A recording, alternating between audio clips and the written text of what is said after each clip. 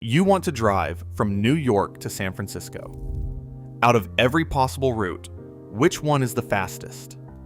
To check every single one, even a billion of them every second, would take longer than the universe has existed, and not by a little. Write that number out, and it has more than 200 digits. 200. The whole observable universe has about 80 digits worth of atoms in it. This problem is unimaginably bigger. You could line up every computer ever built and set them all to work at once. They'd still be running when the sun burns out. Your phone does it in 4 seconds, and you've never thought that was strange. 4 seconds. Less time than it takes to read this sentence aloud. There are more than 60 million intersections in the North American road system, so trying them all is hopeless. And yet you do this all the time. You type an address, and a blue line appears. You follow it to a grocery store, to a stranger's front door, across the whole country. You've trusted that line 1,000 times, and you've never once asked how it knows the way. There was a time when getting lost was normal.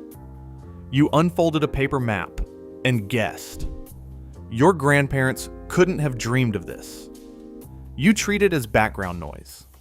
The answer is one of the most elegant ideas in all of computing, and it begins in a coffee shop. 60 million intersections. That's the scale of the North American road network. 60 million places a car can turn, pause, or choose a direction. Each intersection fans out into more decisions, more possibilities, until the numbers spiral out of reach. The total number of potential routes between two cities doesn't just exceed the number of atoms in the universe. It leaves that number behind in the dust. 10 to the 200th power. That's a 2 followed by 200 zeros. Try writing it down. The page isn't big enough. Now, think about what's expected. You open an app. You type in an address. You want the answer now. Not in a minute. Not in an hour. Now. 4 seconds. That's the standard. If a map app took longer, you'd think it was broken. But under the hood, the problem is so large that even if every computer on Earth worked together, brute forcing every possible route, they'd never finish. Not in the lifespan of the universe. Not in 1 trillion lifetimes. Yet your phone delivers the answer before you can blink. Sub-second. Every time.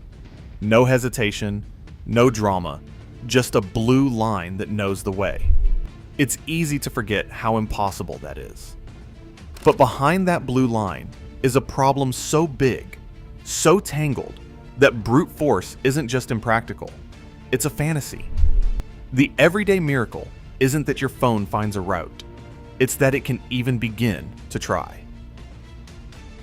In Amsterdam, 1956, programming was still a curiosity, something for mathematicians and eccentrics, not a real profession. On a late September afternoon, Edsger Dijkstra, just 26, paused his errands with his fiancée, Ria de Betz. They found a cafe terrace, ordered coffee, and laid a city map on the table. The city bustled around them, but Dijkstra's mind turned inward. The problem was simple to state, and hard to imagine: how to find the shortest way across a web of streets without tracing every possible path. No computer, no paper, just a head full of ideas and a map full of possibilities. Dijkstra stared at the map and began to imagine. Not every route. Not the impossible tangle of all routes, just the next best step, again and again. Which neighbor is closest? Which path costs the least so far? He followed this thread, letting the logic unfold, each choice simple, each step certain. In about 20 minutes, he saw the answer.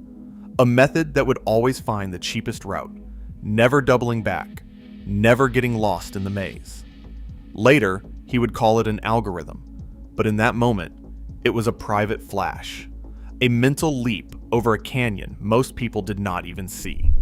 Around him, The world saw computers as expensive toys. Even the Dutch marriage registry, the next year, refused to list programmer as a real job. Dijkstra was labeled a theoretical physicist instead, but he knew what he had found. A way to cut through the impossible, using nothing but clear, simple steps. Imagine a drop of water landing on a city map. It spreads, always flowing toward the lowest point, filling every dip and hollow, never doubling back, never missing a spot. That's the heart of Dijkstra's idea. A flood that only moves forward, always choosing the cheapest next step. From the starting point, the algorithm assigns a cost of 0. Every other intersection gets a label. Infinity for now. Like water, the search pushes outward, always picking the frontier with the smallest label. Updating neighbors if it finds a cheaper route. Once a place is reached at the lowest possible cost, that label is set in stone. No need to look back. No need to wonder if a better path will appear. The answer, once found, never changes. This is the label setting rule. It's the reason the method works, and the reason it's so elegant. Each decision is final. Each step is certain. The engine behind the scenes is a priority queue, a kind of to-do list that always knows which intersection is closest, which direction is worth exploring. Instead of tracing every possible route, the algorithm grows the cheapest frontier, one edge at a time, like a tide rising across the map. Dijkstra didn't just invent a clever trick. He found a way to make the impossible manageable, to turn a maze of choices into a series of simple, reliable steps.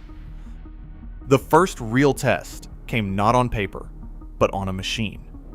Amsterdam's Armac, the country's first true computer, filled a room with its whirring drum memory and blinking vacuum tubes. In 1956, Dijkstra's algorithm made its public debut here, not in a math journal, but as a live demonstration for a crowd of skeptics and dignitaries. The instructions were simple. Pick 2 Dutch towns, any pair. The machine would find the shortest route between them.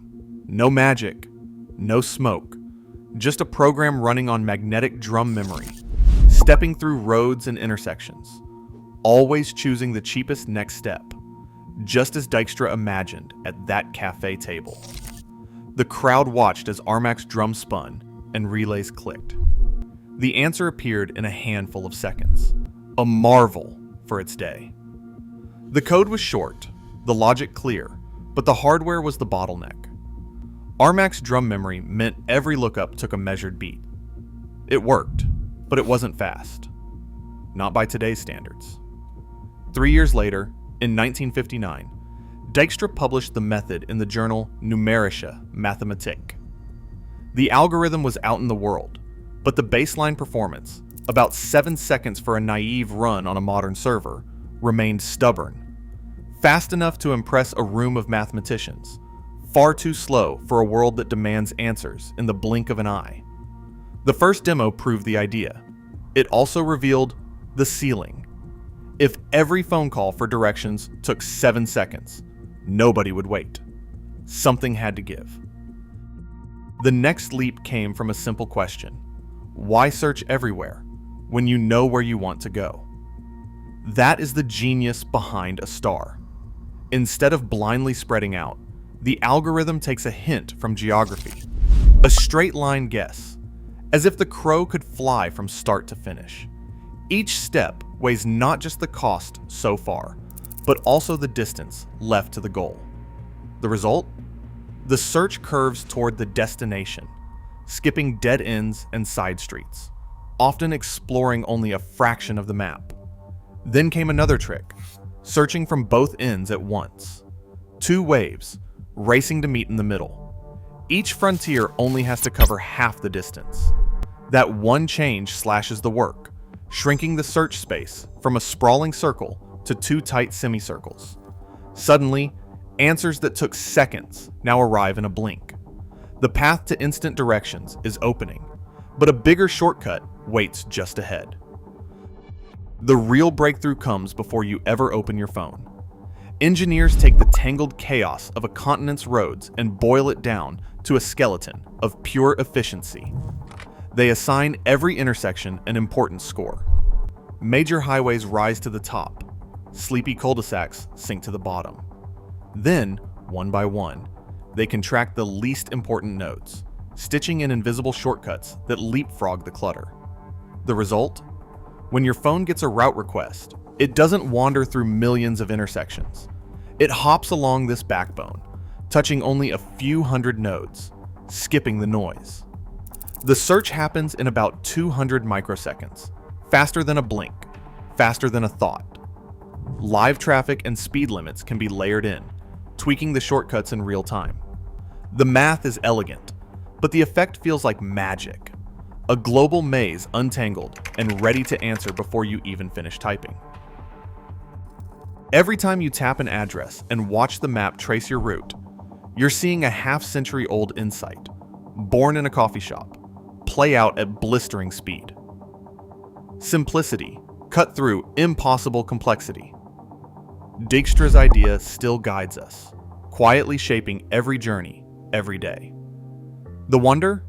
It feels effortless, but it isn't.